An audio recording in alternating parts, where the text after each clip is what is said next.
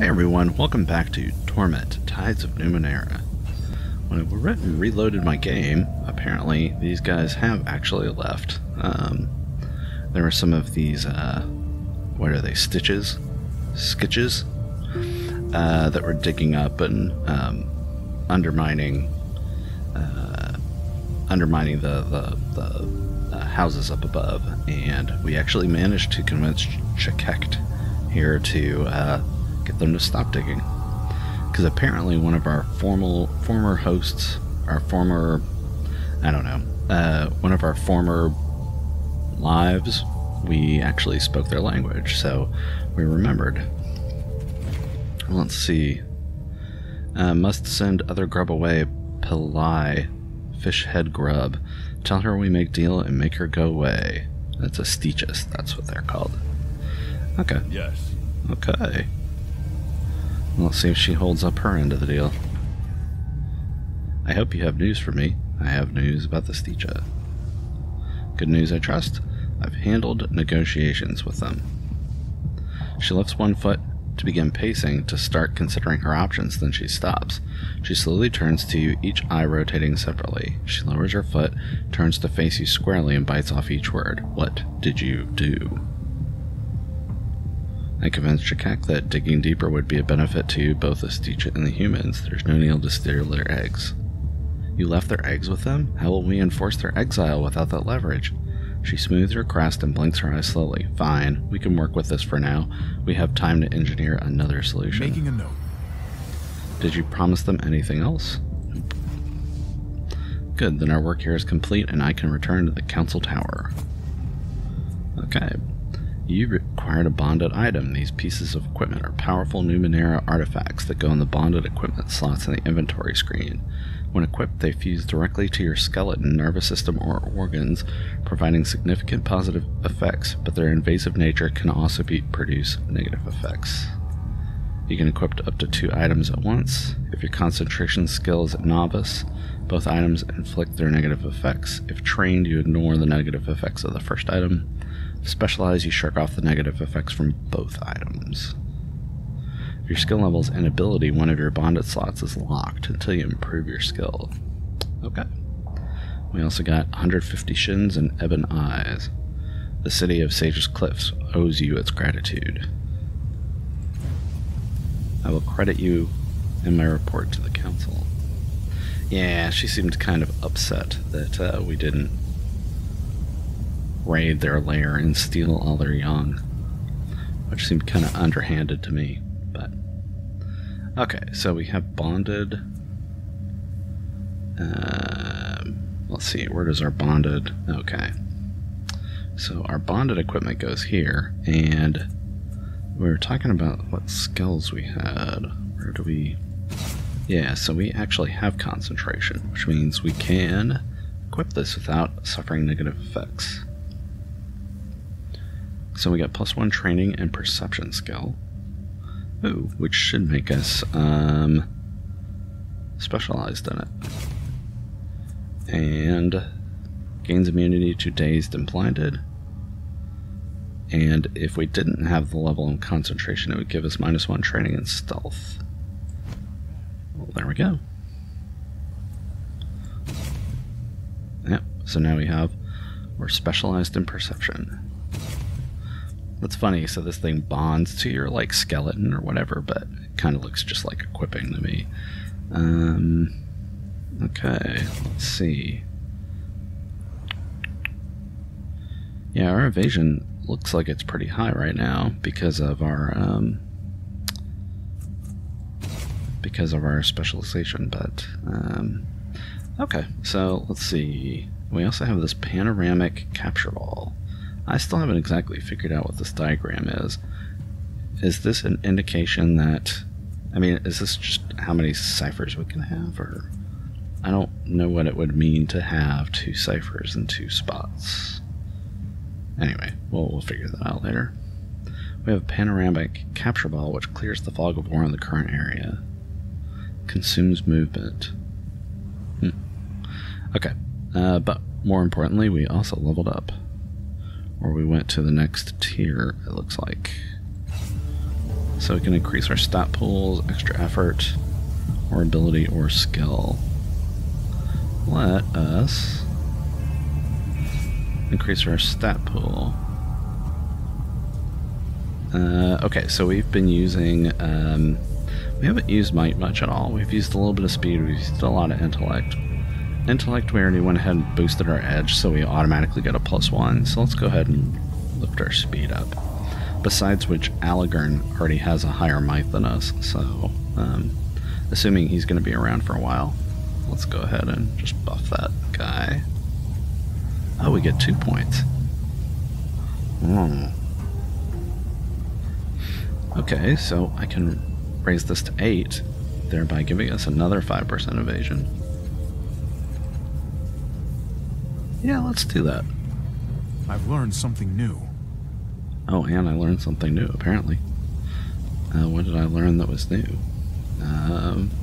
So our evasion is 50% now, that sounds good.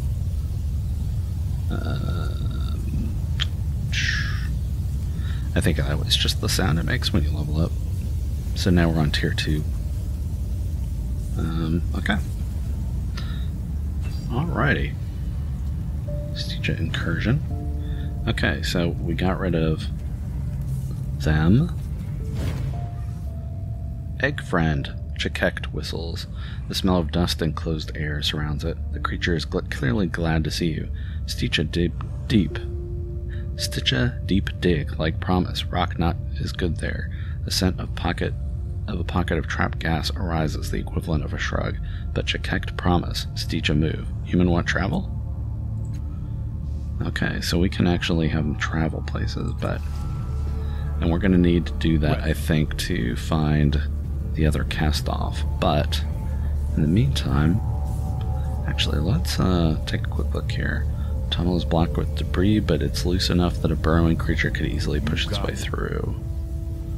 Let's make sure they didn't leave anything behind in these other tunnels.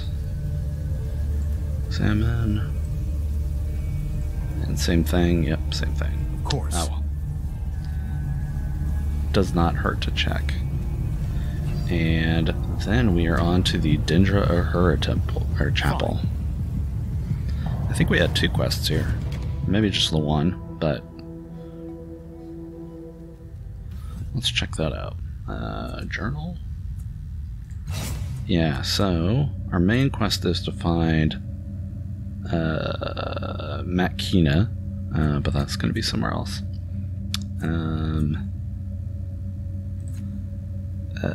Let's see.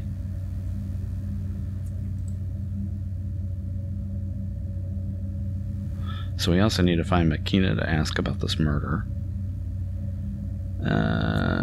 We're looking for this strange circle to track down the murderer here, but we talked to Zaovi, a sculptor and circus miner, and he told us that the Sorrow, which is a creature that's hunting us, killed somebody, and a sculptor is trying to sculpt.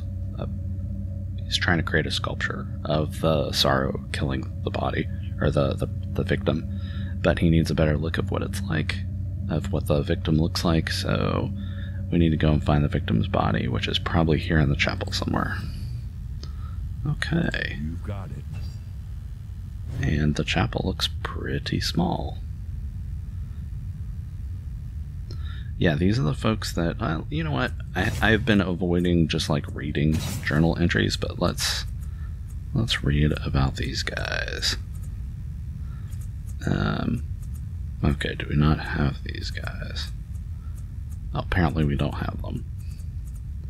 But yeah, they told us that they claim to be searching for, they've got like their temple, they've got certain answers, but other people just think they go and steal people's dead bodies so they can eat them.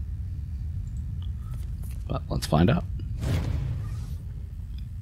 This short, squat woman rakes absently at the swollen red tattoos decorating her pale, naked scalp. Her claws draw blood, but she doesn't seem to notice. Her head jerks up at the sound of your footsteps, and her too large mouth widens in a sharp-toothed smile. We greet you, tenderling. Yes, we honor your arrival. Her eyes rove over your body hungrily. What brings you to the Dendra O'Hur, What do you wish to share with us? Her gray and pointed tongue swipes at the ritual scarring around her lips, leaving a glistening sheet of saliva. Nice. Tell me about the Dendra O'Hur. No, we are not the voice of the Dendra O'Hur, tenderling. Speak with our leader Mbitu instead. Savor his words and drink of his thoughts. You don't want to tell me about the Dendra O'Hur?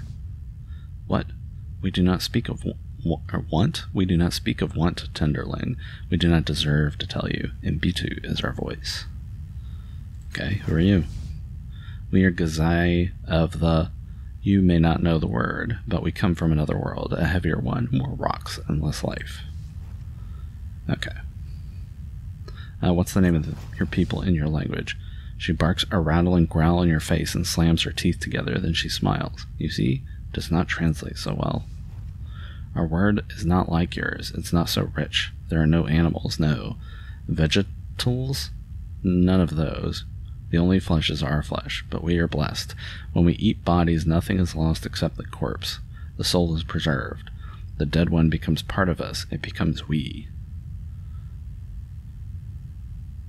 So I can either just correct her and say the word is vegetables, or I can say, you're saying that the individual dies, but the soul is dispersed among all who eat the body.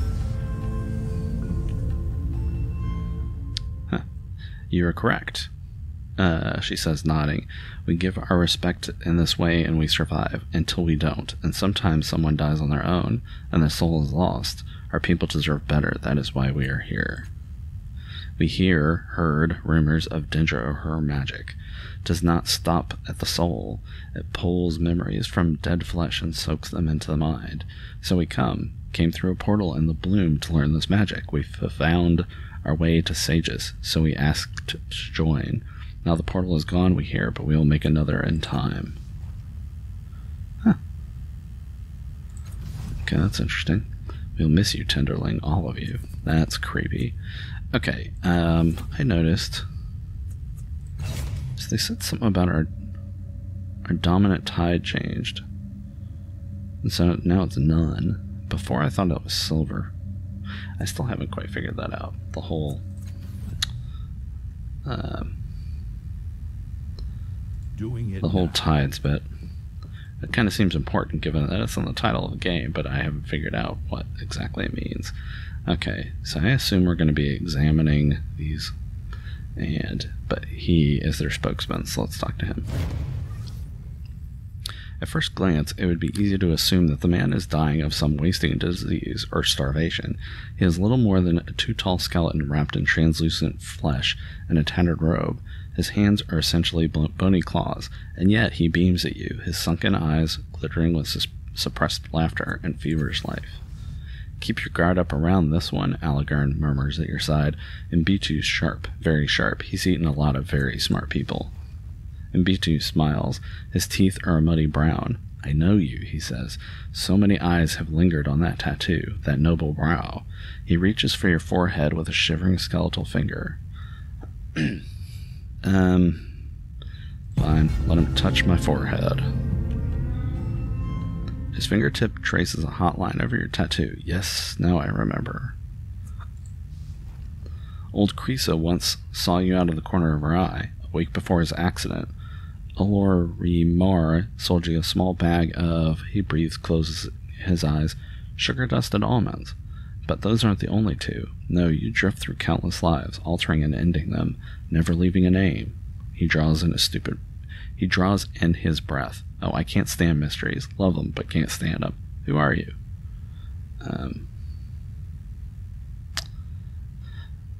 I'm not the man you think I am. That was someone else. Aligarn sighs, but does not speak. Hey, Aligarn really, really wants me to go around telling everybody I'm the changing god. Mbitu says. The same face, the same tattoo, but yes, different eyes. Perhaps you have a secret twin. He coughs gently against the back of his hand. So what brings you to the chapel of the Dendra O'Hur? Let's say, first of all, Sculptor told me that your people may have found a man killed by a strange creature. Yes, I believe I know the poor man. Dry as a leaf, hollow as an eggshell, barely any mind left there at all. Inspect him at your leisure. He's the one with the charred skin on his brow. I'll remember that. Now, I don't know much more about him, though I can assure you we plumbed the depths of his mind and body for answers, but I seem to recall seeing him before, perhaps not through my eyes, mind you, in Cliff's Edge. He was coming out of a building near a chirurgical parlor. Okay, well, I'm helping Folsom investigate some trouble in the Underbelly. Can I ask you some questions? Of course. And do tell Folsom hello for me. We're dear friends.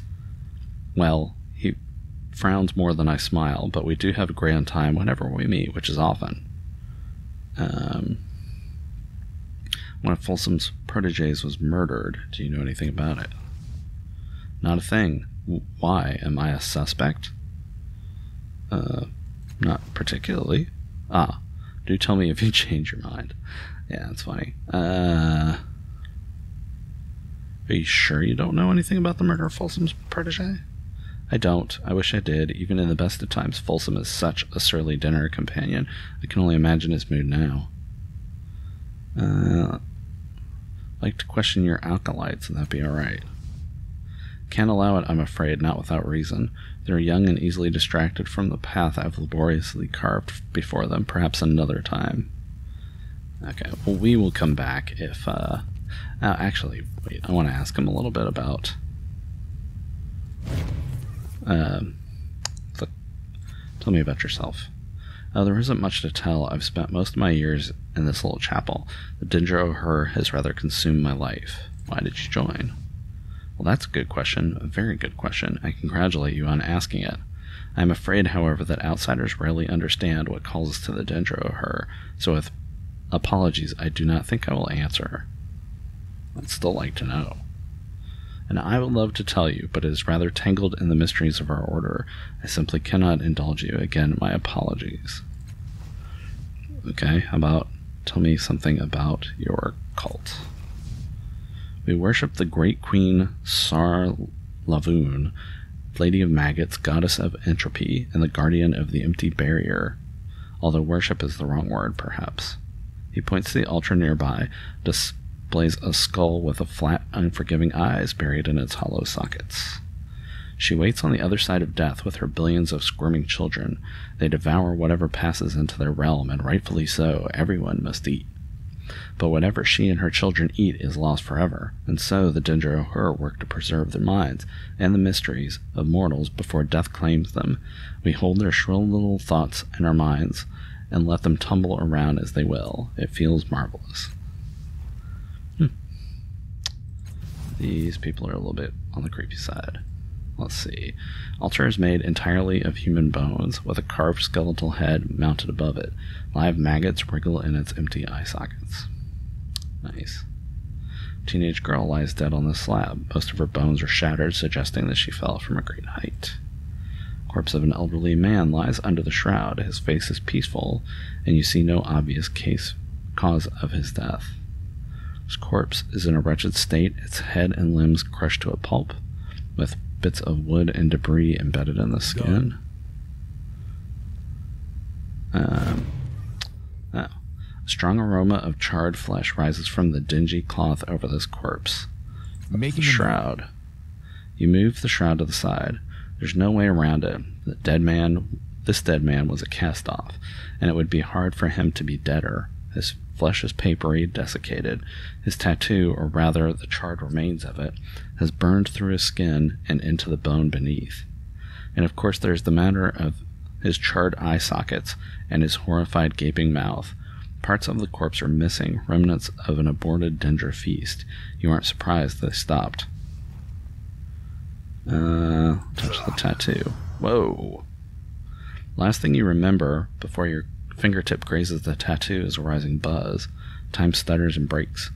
Panting softly awake, leaning against the bier for support. Your arm burns, your temples throb, and white static claws at the corners of your vision. Someone was screaming in that lightless, timeless void. You remember that much, but it wasn't you. None of the Dendra are looking your way. Yep, took 2 damage, 2 XP. Let's examine the corpse again. Again, your eyes are drawn to the remnants of the Castoff's tattoo. It looks like it burst into flame when he died, burning right through his skin into the skull beneath it. Okay. Let's see. Oh, you recognize this corpse as Koro, the mercenary who tried to ambush you on the reef. His face is frozen in an expression of surprise, as if he can't quite believe that he's dead.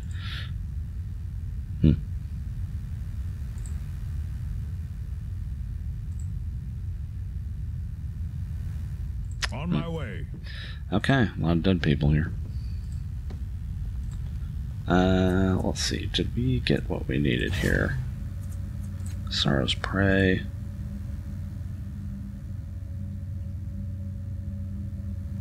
Oh. Let's see. I know he told me not to talk to people, but he can stop me if he wants to. Let's see. Let's try talking to him one more time about this particular person. Nope. He didn't ask me for that. Let's go talk to this guy. The burly man sneers at you, flexing massive, scarred hands that could easily encircle your throat. His tongue probes his stained, sharpened teeth, and a short, blood-stained club swings from a hook at his waist. So what are you doing here, she'll meet? Playing in the dark? You don't seem all that friendly. The woman watches you, measuring every step, every twitch of your hands, and yet there is no fear in her. Iron lines her spine and presses her mouth into a thin, even line. You take a wrong turn. Don't see many people down here for the light or the company. You want something? How long have you been at Dendra O'Hur? Long enough. Thought I'd found a place I belong. Guess I was wrong. She falls silent. Her lips shape the word again. Why don't you feel like you belong? Never mind, I shouldn't have said anything. What's bothering you? Nothing, no offense, but I don't know you at all. Leave me alone, alright?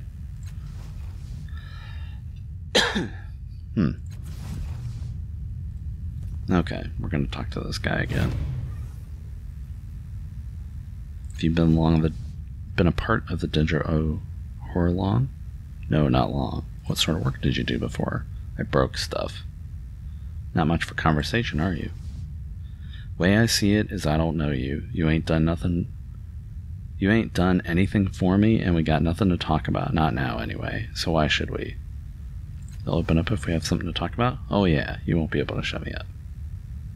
Tell me about the Dendra O'Hur. Don't have to tell you nothing. You ain't one of us. You ain't nobody.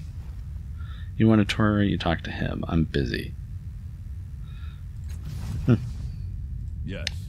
Okay, so there's something going on here, but I don't know what it is.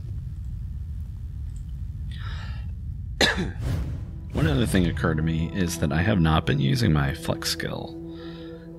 We've got a skill to temporarily, boost any of our skills. This guy right here. And I haven't been using it at all. It's a plan. I need to do that. Okay, so I don't think there's. No, we haven't been to the Manufactory. Let's check that out. So we got some paupers. We got a supervisor. Fires are running hot, just as the master likes them. All right. And what is this machine? Construct looms over you, frozen in mid-step. Its heavy limbs and barreled body have been recently polished by careful hands, but the joints themselves are completely fused. This creature hasn't moved in a long time. It studies you with eyes made of swirling orange fire. Late for your first shift, synthsmith. Grab a station and a hammer and damn well get to work. Do you call all their workers by their position? It saves time. You workers break so easily, or die, or retire. Now get to work. I'm not one of your workers. You're not? Good, because I was going to have you fired at the end of the day anyway. What do you want? Why are you here? Spit it out. You can't move, can you? No, and I don't need to. Once we foremen were the tools of the cartographers and their vast web of machine intelligences. Submerged in the song of their will, we worked with thoughtless joy. Then one day, their song fell silent and our bodies froze where they stand even now. Some of us lost our faith in those first few centuries. Some of us thought the cartographers were punishing us or had abandoned us. Only I saw their absence for what it was. It was a gift of free will. We were their tools no longer. We were our own masters, freed from the chains of thoughtless motion, freed to imagine our future, and so we did for millennia. Who were these cartographers? We don't know. The most we know of them is their names and the code, and their vessels we were building for them that they never claimed. Our creation came at their order, but we have never known their faces, only their song.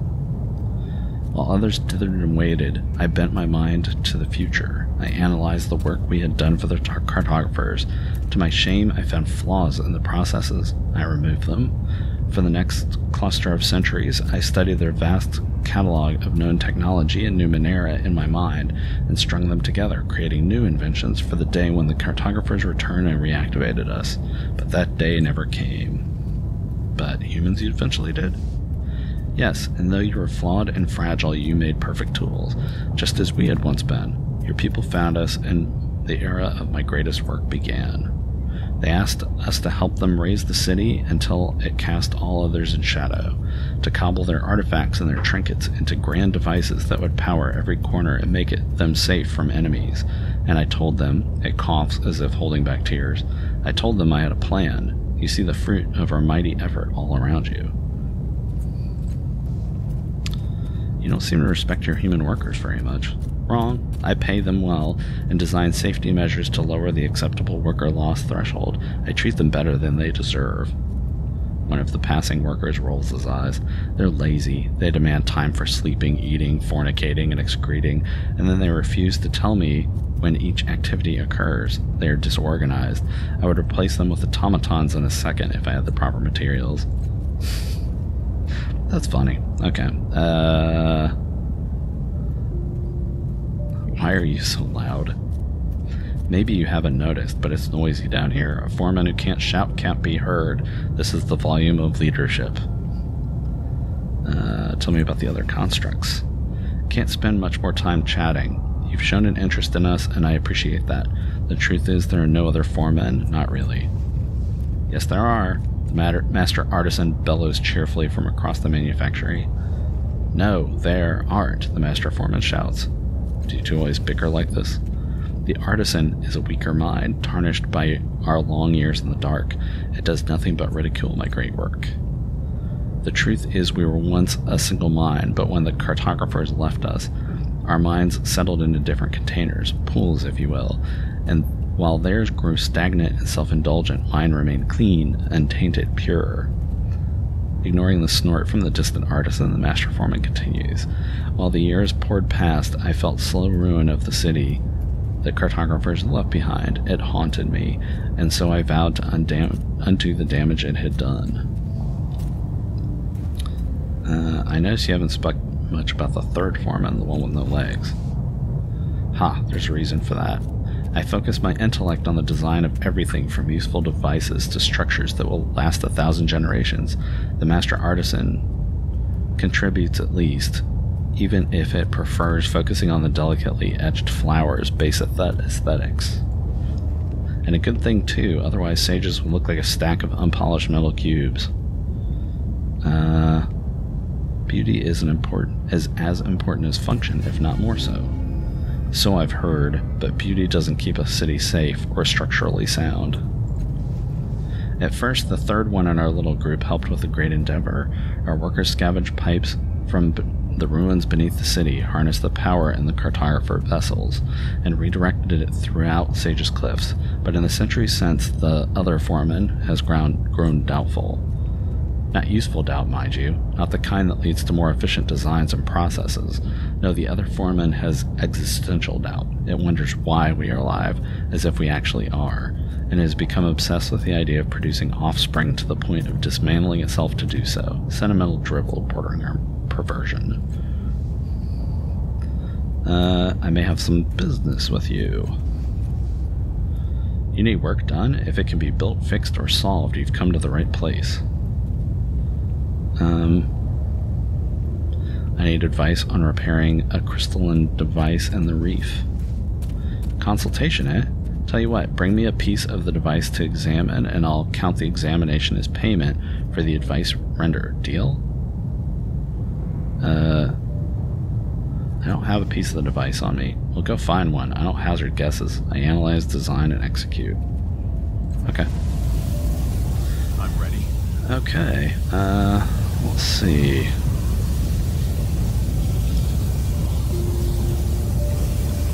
I'm ready.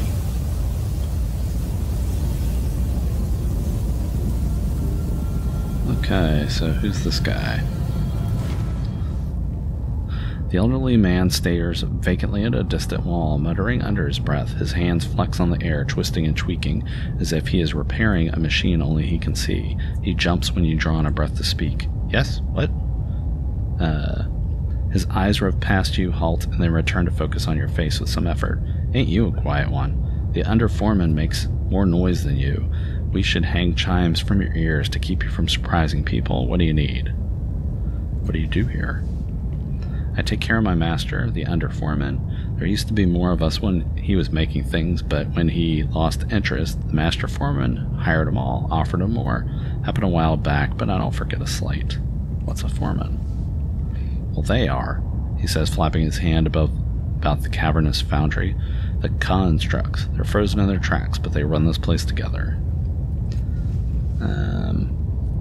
Okay. How long have you worked here?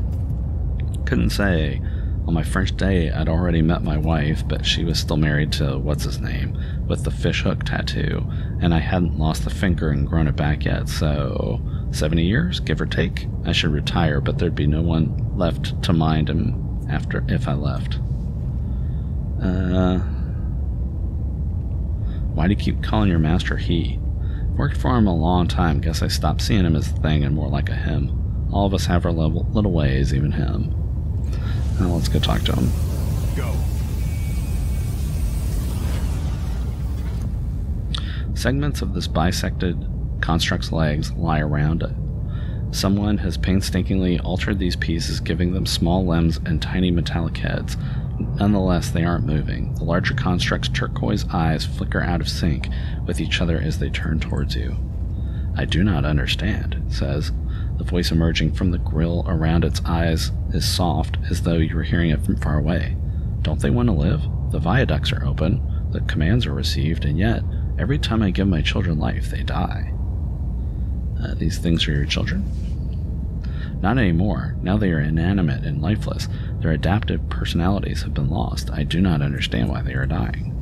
I have given the subject of procreation a great deal of thought over the last century, and there are no errors in my calculations. My assistant Tarnish built my children's bodies to my precise specifications. Their intelligence reservoirs are shielded against permanent loss. Its eyes look away from yours as if it's embarrassed, and I want them to live. That should be enough. I wish I could help you in some way. It may be that you can. I have performed some new calculations, and a new direction has presented itself. Making a note. My children need more energy to live, but my construction prevents me from transfers above a certain threshold, and for good reason. Energy transfers above a certain percentage would lead to a chain of ruptures in my intelligence rings. I would die. Help me force myself to make this transfer, for I cannot do it myself. Help me give life to my children. Will you help me? Oh, that's sad. How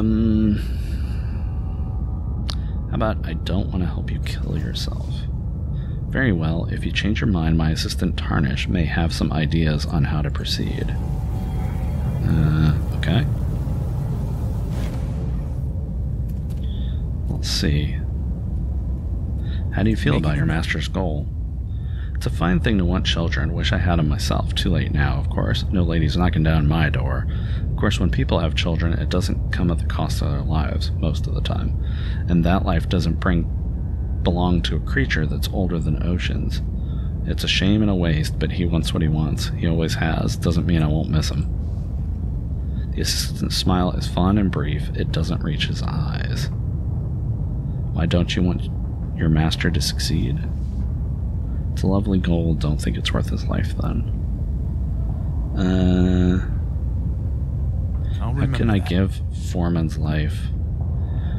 Okay, not sure. I've been tinkering with one for 50 years, and I still only half understand him.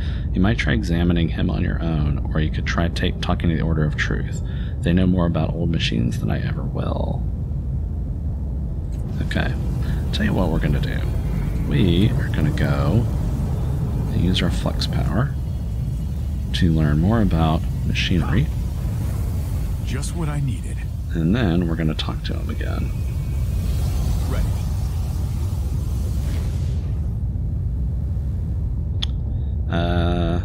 Or we're just going to try to persuade him not to. Your assistant Tarnish doesn't want you to die. If you're gone, he'll have no one. Can't you find some other way to have children? We're convincing him. What are we doing here? So this is going to be 15% level of effort, persuasion, total modifier is 50%. So we can either do a coin flip or 70%. We're running out of intellect points, so let's just do the coin flip. Oh, I failed. If there were another way, I would have found it. I refused to birth another generation just to watch them die. Okay, well, I tried. All right. Maybe we'll come back and try later, but for now, let's just talk to the Master Artisan over here. Yep. At first glance, this ancient unmoving construct seems nearly identical to the others in Manufactory.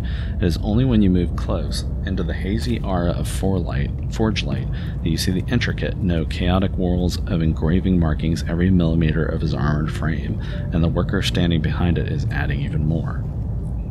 Morning! It is morning, isn't it? I never pay attention to the time. There's not much use for it down here. I'm Artisan. What can I do for you?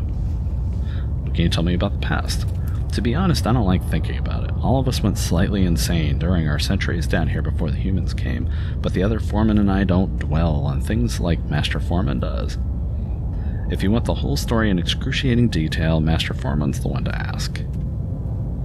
Why do you have other workers decorating your armor? Because I want to be the most beautiful construct in Sage's Cliffs. Joking. My eyes, well, not eyes, but you know, they failed me a long time ago, but my other senses are good, very good.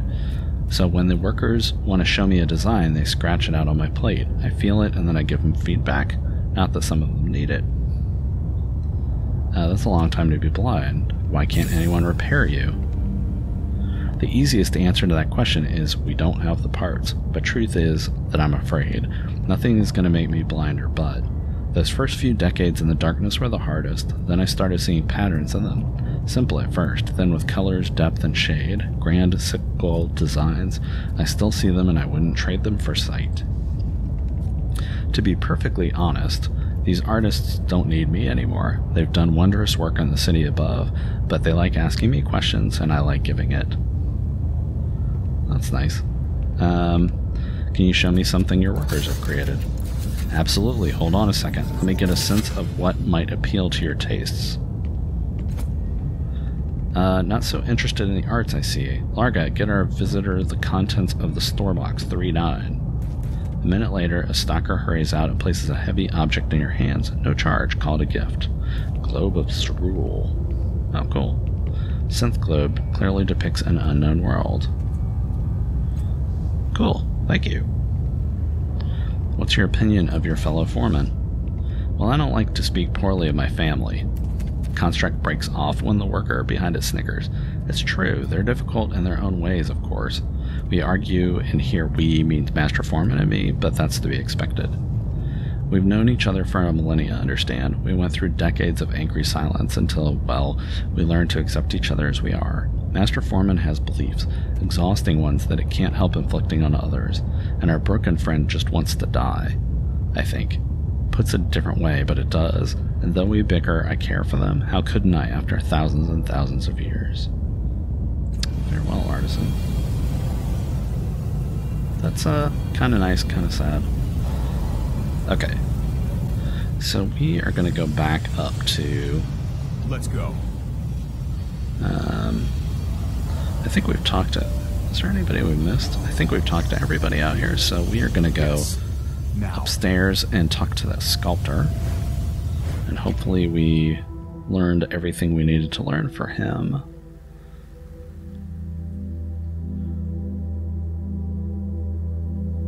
So we're going back to Circus Minor.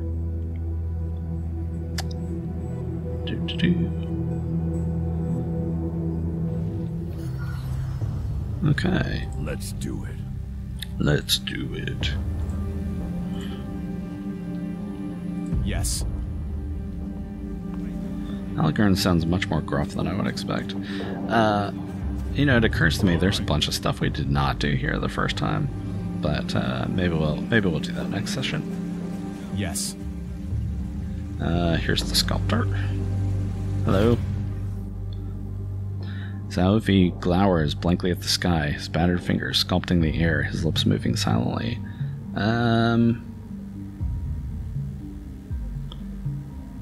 Well, wait. Is there anything else you can remember about the creature that killed your subject? What a surprise. Yes, let us ignore the incandescent flare of the stranger's brief life and focus on her murderer. She's so much more glamorous. That's what you want, isn't it? That's what everyone wants. Creature's hunting me too. I need to know everything I can about it. Read a book then. Pester a scholark with your questions for all the good it will do you. And when the beast claims you as well, spare a prayer for the artist who will drive himself into a grave, trying to capture your final moments.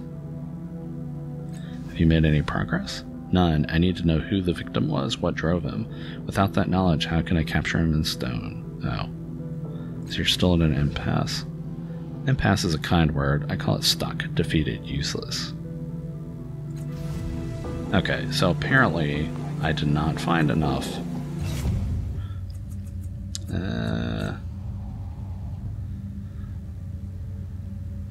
Oh, we need to go and check out the victim's house in Cliff's Edge, too. The leader of the Dendra O'Hur informed me that the Sorrow's victim lived in Cliff's Edge. Oh, yeah, he did mention that. His house was near the chirurgical parlor. Perhaps a clue to his identity can be found there. Okay, I don't think we haven't been there yet, have we? Yeah, I don't know. Anyway, we'll look around next time and see what we can find. Or maybe we'll go and look for Mekina. Or maybe we'll just go and talk to the people here. I don't know. We'll find out next time, though. Yeah, this has been fun. Thanks for watching. Take care. I'll see you soon.